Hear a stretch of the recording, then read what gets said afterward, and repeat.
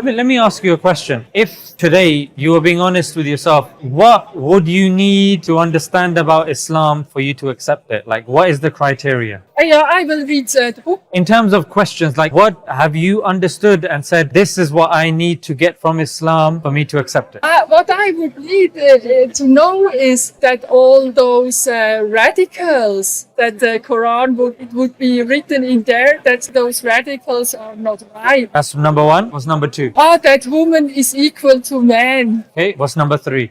I don't know. Okay. Because I didn't come here to hear about religion, and so it just happened like that. This makes it better. So I didn't have anything in mind. But you don't need to be prepared, because there are certain things in our head that we know. When we prepare, it means we are adding to the discussion extra things that don't necessarily deal with the questions at hand. And the questions at hand are the two that you've mentioned now. They are the ones that are the most important to you. The others, we can talk about them later when you think about them. So number one, when you talk about radicals, bear in mind, we have something called free will. Free will is God giving us a choice about how we live our life. We can choose to follow Him, we can choose not to follow Him. He gives us a book. We can choose to obey the full book, half the book, this book, that book. But when the Quran says something very simple, the one verse that you're looking for, means killing one person unjustly, it's as if you have killed an entire generation. Killing one person for no reason, it's like killing an entire generation. Now this is why you will not see Muslims generally, if there are people killing innocent people, you will not see Muslims agreeing with that. I will give you one example. One example is, for example, is what Israel is doing. Yeah. So Israel, one verse that they use from the Torah is Amalekites, yeah, and they give the example of the Amalekite, and the verse of the Amalekite is you are allowed to kill children and infants as well. So what my question is, there is no such a verse like this in the entire Quran or the tradition of Islam that you can kill a child, that you kill an infant. Because in that, I can give you the reference. In that reference, the first book of Samuel, chapter 15, verse 2, I think that's what it is. It talks about the Amalekites in Islam, and in that verse rather, it says you kill the cows, the donkey, the ox, children, the infants, the men, the women. My question is, this is not just, this is not nice. Why is this there? And why is somebody, a leader of a country, mentioning that today? Today, if you look in Israel, 50% of the people that have been by Israel in Gaza, the children, the women. But when you look, for example, in Islamic book, they will never say, in fact, I can give you a saying of the Prophet. The Prophet, peace be upon him, said, don't kill women, don't kill children. We get that from Imam Malik. Imam Malik gets that from Nafi. Nafi gets that from Abdullah bin Umar. Abdullah bin Umar heard that from the Prophet. So I can tell you a saying of the Prophet. I can tell you how relevant it is. I can tell you every single person that heard it in the chain. This is how we preserve the sayings of the Prophet, by memorizing the chains. We Muslims will memorize Quran, the sayings. I can even tell you the 20 ancestors of the Prophet. Why? Because for us, it's a form of pride. This is the Prophet, this is his father. And then my second question. Yeah, so your second thing is, with your second thing is, we think for a woman to be equal to a man is disrespectful to a woman. What I mean? No, listen. It's disrespectful to women, because a woman should not need her respect to be measured by that of a man. In certain things, a woman in Islam, they're higher than a man. In other things, the man is higher than the woman. So in Islam, we believe both man and woman are not competitive. They're not competition. They are complementary. They're like a puzzle. For example, a man, we don't believe a man becomes pregnant. Yeah, woman is the one who has been given this honor of holding the baby for 9 months. Then she feeds breastfeeding the baby. I can't breastfeed my child. Very difficult. Yeah. In fact, impossible. I can't do this. So my wife would be higher in honor when it comes to feeding the child. She is keeping our child alive by giving milk, by holding and carrying the child. If she says, I want this, I will go to the shop. I will not say, you and me, we are equal. I will say, no, you are better than me. I meant it in that way that why are women not allowed to go to school like in Afghanistan? So this is and why do they have to hide? And why do they have to wear this burqa and you don't see? Yeah. You know. Yeah. This is something I don't understand. Yes, and that's fine. And that's what I want to know. Is this written in the Quran? Because those Taliban regime, they behave like it's they act according to the Quran. The thing is that One thing is to understand there's a difference between the country and the religion. For example, America claims to be a Christian country, but many Christians say it doesn't follow Christian values. The UK claims to be a Protestant Christian country, doesn't follow the values. So similarly, or like in a similar vein of thought, if we take the Prophet, what did the Prophet say? The Prophet said something very simple. He said it is obligatory, not maybe you should. He said it is compulsory for man and woman to seek knowledge. Obligatory, to seek religious knowledge. So this is a clear statement of the Prophet. Now, why is a country not following that? I am not an expert. I'm not talking about religious knowledge. I'm also talking about secular knowledge. But the separation of religion and secularism only happened recently. Before, be it Christianity or Islam, there was no separation of church and state. So seeking religious knowledge would be seeking worldly knowledge. That's why if I tell you some of the biggest inventions, they were created by Muslims. Yeah, I know. Yeah. And then those, in the year 1100, or when The golden era of Islam, yes. the Templars, they took all the knowledge. I mean, they had good friendship with Islam. The Greeks. Yeah, and Yes. with Islam. And they learned about how to read the stars and guide ships. Yes. And all that knowledge they took back to Europe. And this is why then suddenly Portuguese was a big shipping. They knew how to guide ships, and they went, to America, and they suddenly were a big Yes. a sailor. Yes, they were sailors, yeah. So in Islam, They had this knowledge from which was exactly. So you've proven my point that in Islam, if seeking worldly knowledge was bad, then Muslims would not, have created all of these things, and they would not be as successful. Even if, Adam Smith, who's the father of capitalism. Adam Smith, he's the father of capitalism. Western society, they respect him in one of our currencies in the UK. His picture was at the back. Adam Smith said after the fall of the Roman Empire, it was the Muslims that encouraged scientific research, astronomical research, and the like. And that's why even the camera, you have people like Ibn al-Haytham, who created the pinhole camera. Algebra was created by al-Khwarizmi, because of whom we have algorithms.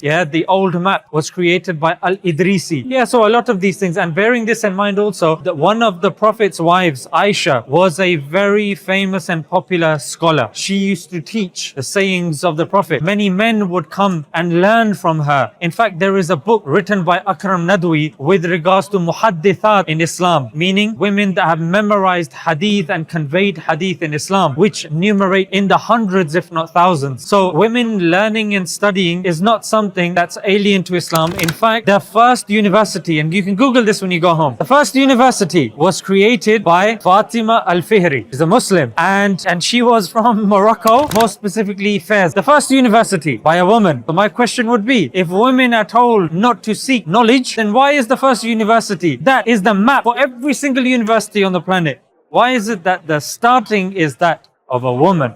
Somebody called Fatima al-Fihri. So then the question would then arise, then why is it that they don't do it? Well, if you look into politics and you ask some of the Taliban higher ups, one of the reasons that they give is, we are not stopping women from learning, because there was some footage that came out a couple of weeks ago of hundreds of women graduating. So they were learning, that's why they were graduating. The reason they give is, a lot of books have come from countries that are not friendly to Afghanistan. They say the curriculum that's given to us is colonized curriculum. Because of that, we are putting things on hold, and we want to change the curriculum and add our curriculum and change it, and then we will do it. Because people want us to follow their curriculum and follow liberalism, which liberalism is popular here in the West, and they want Afghanistan to follow that. They said, we don't follow liberalism. So we will educate our women, but we will do it the way we want. What would be wrong with democracy? So democracy is something that even is not even agreed by philosophers here in the West. Plato didn't agree with democracy. Even the UK, the democracy of UK and Switzerland is different. In Switzerland, you have cantons. In the UK, because I went to Switzerland as well, in the UK, you have something called House of Parliament and House of Lords. House of Parliament, they are elected. The House of Lords, they are not elected. It's from generation to generation. It's passed on. Like, you like somebody as a prime minister, minister, you bring that person on. So if my question would be, which democracy? Switzerland democracy? Which democracy? Indian democracy, when Modi is coercing the media and is bullying, his party is bullying the people. That democracy? Or the democracy of Israel, where it's committing crimes and people want to get rid of Netanyahu? I mean, democracy which represents the people in the country best and the different areas. But let me ask you one question. You know, in Switzerland, religion is not is separated from government. Yeah. Religion is so religious. Government is higher than religion. Yeah, so there's a separation between, yeah. But only, you know, like if Muslim woman needs to wear something on her head, then she can do that. Because the personal freedom is higher than what the government. I don't think so. I was in Switzerland. I went to Switzerland. The face veil is banned in Switzerland. The minarets in mosques. You know, minaret. This is not your personal. This is clothing. This is. Yeah. She wants to cover. It's forbidden to wear something in front of your face. No, it's not. Helmets. Motorcyclists wear helmets. It's not forbidden to wear something on your head. I will give you a better example. COVID masks. Oh. This is One is for health, one is for safety. The health of everybody else is higher than your your freedom to not wear a mask. But this is the example. So motorcyclists can cover. An injection, and then you take off your mask. don't. Yeah, then Nah, not really. No, you still have to wear it. it was wrong at that time, you know, and they already had the researchers that the people who made injections that they were super spreaders. Yeah, let's not. What about So motorcycle? yeah, so with the motorcyclists, they say it's health, yeah, or it's safety. Motorcycle, you cover safety. When it comes to the COVID mask, they say health, yeah. So when it comes to these things, there's reasons. But when religious people, they say we want to cover because we want to privatize our sexuality, we want to cover ourselves. Then they say this is not allowed. Yeah, but you know your mouth, something which is a sexual privacy. I mean, it's okay to wear. To cover up your body, you know, but your face should always be. Let me ask you something. Who decides which part of the body should be covered? The general thinking of the people People. So in some countries, some people decide. in Switzerland. So in Switzerland, in any country, in the UK, you can walk around in bra. Yeah, you can't show the breasts. You can't show. In Germany, if you're in a swimming pool, you can show the breasts. Yeah, even if there's. Yeah, you know, I know. I looked into this. It's my job. In Germany, you can search this afterwards. In Germany, in the swimming pool, I'll tell you why. I'll tell you why they changed it. Because people complained. You say, which people complained? The LGBT complained. Yeah, they complained. Yeah, they complained. They said, so a person with breasts is coming or she's coming and somebody says, oh, cover this up. Says, why? I'm a man. So, but you have breasts. No, you're a woman. No, I'm a man. So then LGBT become very angry. Then they say, no problem. Everybody can take it off. No problem. Search this in Germany. Yeah. It's very bad. In Switzerland, you have something called a suicide capsule. Yeah. What is it? Exit. In the UK, we say exit is when you leave the building. In Switzerland, you have exit to leave life.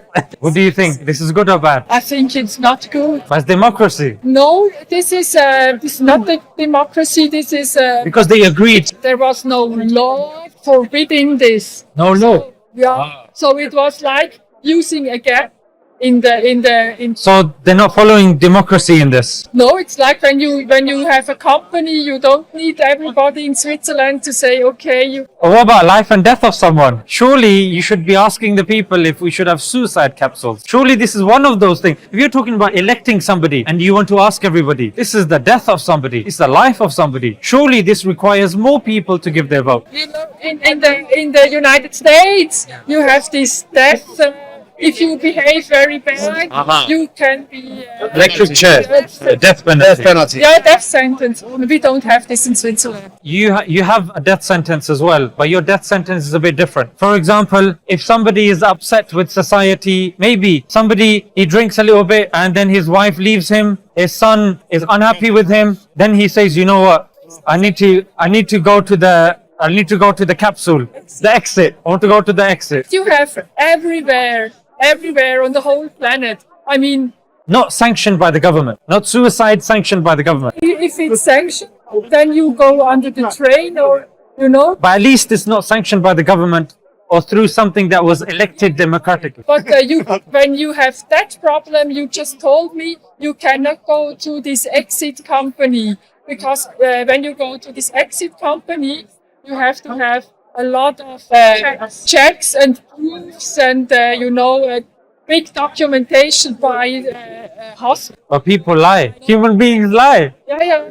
By medical people, by doctors, where it's stated, okay, they only have 3 months to live and they have a very high pain and whatever. People can lie. I know people here that can get forged letters from doctors. That sort of stuff is not very difficult. But here's the point. That applies to everywhere. No, it doesn't, because one is a death sanctioned by the government, which is a consequence of democracy. If people have picked a group of people that have said that you can kill yourself and we are okay with it, that's a problem. You should be preserving life, not helping people end life. And this is one of the problems. When people say democracy relies on people. If today we want people to live, everybody lives. If tomorrow they say maybe you can eat being because food is very less and we need protein and we want to become very big and strong, then Hitler was democratically elected. So when people accept something, it doesn't necessarily mean that it's good what they're accepting. That phenomena that people lie to you and you believe in lies, and because of this you make certain actions. So here's the thing though, when we're relying on human beings for morals, like we discussed with the Bible got changed, they introduced concepts to it. What I'm saying is then there has to be something that transcends that. There has to be an objective source, not subjective, that people can bribe, give money, change. There has to be something that is above that. Any person in the Amazon rainforest, in the tribes in certain African or Asian villages, there has to be something that is innate that we can comprehend and understand, and that is when you look up, you realize that if there were lots of gods, we know that there's a creator, but if there were lots of gods, they will be fighting with each other. So there has to be logically one God. Okay, then there is a book. That book, should it be a book that can be changed? Yeah, maybe people can add in it. Then if it's from God, surely that book has to be the same that it was back in the days. How can you prove it? I can tell you carbon dating. We have manuscripts. The Muslims, being from the ancient religions, were the only ones that we have a manuscript dating to the time of preservation. Dating to the time of the Prophet, in fact. And we have the oldest manuscript, and it's here in the University of Birmingham, carbon dated by the University of Oxford. So we have evidences like this, the manuscript, exact one that was there, the exact one today. People that have memorized the Quran. And what language is the Quran? Arabic, top 5 languages spoken on the planet, and the Quran is in Arabic. So Arabic is a live language. Jesus' language, Aramaic, is an endangered language. Not that many people speak Aramaic. But the question is, if this is from God, why is it that this language is not even being spoken if it's from God? And if God is taking care of everybody, that same language that He's using to communicate to us with, why is it endangered? Why is it going? Surely, if something is from God, it has to be preserved, has to be looked after, it has to make sense. Like the Prophet, we can tell you the sayings of the Prophet are preserved. I can give you evidence that the Prophet said this, and this is who heard it. For example, let me give you an example. The Prophet, peace be upon him, said, if you miss the Asr prayer, one of the 5 prayers that we pray, you have incurred a loss with regards to your family and your wealth. Imam Malik, he narrates this. Layth, he also narrates this. Hajjaj, he also narrates this. Ayub, he also narrates this. Sakhar, he also narrates this. So we don't just have one chain. We have numerous chains of different people that are saying the same thing. So that makes things more stronger. No one can come in and say there are 2 gods in Islam. There are 6 prayers in Islam. How many times a day do Muslims pray? 5 times. In which month do Muslims fast every year? Ramadan. Where do Muslims, or in which month, or what is that called when Muslims do pilgrimage? Hajj. I can ask any sect to this. If I ask a Christian, which Bible do you follow? They can't even agree on the Bible they follow. They can't even agree if Jesus is the Son of God, if Jesus is a prophet, if Jesus is a God. Which Bible? The Protestant Bible, the Catholic Bible, the Roman, the Russian Orthodox Bible, the Greek Orthodox Bible, the Ethiopian Bible. They have different books in there. 66 books, 73 books. There should be one which was not found until yet. And the oldest manuscript they have in Christianity is 300 years after Jesus, the Codex Sinaiticus. And there's an older one, but they Very small. Yeah, very small, called P52. It's like the size of a credit card. That's 100 years after Jesus. But we have manuscript dating to the time of the Prophet. We have sayings of the Prophet, manuscripts of that. One is in Berlin, the manuscript of the sayings of the Prophet, Sahifa of Hammam. It's in Berlin. The oldest manuscript of the Quran is here. I do this because it's in North, like in Birmingham, not in the sky. So it's in North Birmingham, yeah. So we have evidences like this. The Quran, I have evidence to you that we have that same language. When it comes to women, at a time, Islam came 1400 years ago. Islam was saying, yeah, 7th century Islam was saying women don't have to take the surname of their husband. If, for example, you are a wife and you have a house, the husband is not allowed to ask for your house. Your house is your house. Your property is your property. This is unheard of 1400 years ago. Yeah, this is absolutely unheard of because there were no women's rights. There were no lobbying groups. There were no marches. These rights were given to women 1400 years ago. The woman in Islam, the mother, there's a saying of the Prophet that says, paradise lies under the feet of the mother. A Sahih hadith, a companion narrates from the Prophet, that the Prophet was asked, what are the best actions in Islam? He said, number one, praying at the correct time. And then number two, being respectful and dutiful to your parents. Parents, not man. Not only the dad or the father, parents, the mother. Yeah. And somebody asked the Prophet with regards to who deserves my companionship, my time. Said the mother. Said, who next? Your mother. Who next? Your mother. Who next? Your father. Yeah. So this is the rights that are given to the mother. Yeah. The woman, the lady. The Prophet, peace be upon him, said, if you are not good to your women, the best of you are those that are good to their women. So that's how we're told. That's why you will see the man, he will go out. For me, I would never, I know some people, they say one of the conditions of marriage is you must, the husband or the man is saying to the woman, I want you to go out and earn. She's like, no, but I don't want to. I say, no, you don't have to. In fact, it's my job. My job is to go out, to suffer, to do all of this. You stay at home and you look after the kids, the house. If we have to earn or something, I will take 2 jobs. I will take 3 jobs. I will look after you. Now, men are asked, they are asked that if the woman said that I will go to work, you stay at home and you do nothing, the men say, yes, we will take this. We will do this. And that's why when you ask the women, many of them, they say, yes, if somebody is saying he will earn for me, he will do this, he will look after me, he will do this for me, he'll do that for me, I'll be more than happy. So that's why I said at the beginning, in Islam, the rights of the women are more so than what was there at the time and what is even there today as well. Because at that time when Islam gave the rights, later, about 1,000 years later, that's when women were allowed to vote. In fact, 300 years, in fact longer, in Europe, they were debating if women even had souls, if they were even human beings. But Muslims were saying paradise lies under the feet of your mother. If you're not good to your wife, the best of the people are the ones that are good to their women folk. So when you're saying equal, I say you're aiming too low. I say we aim higher.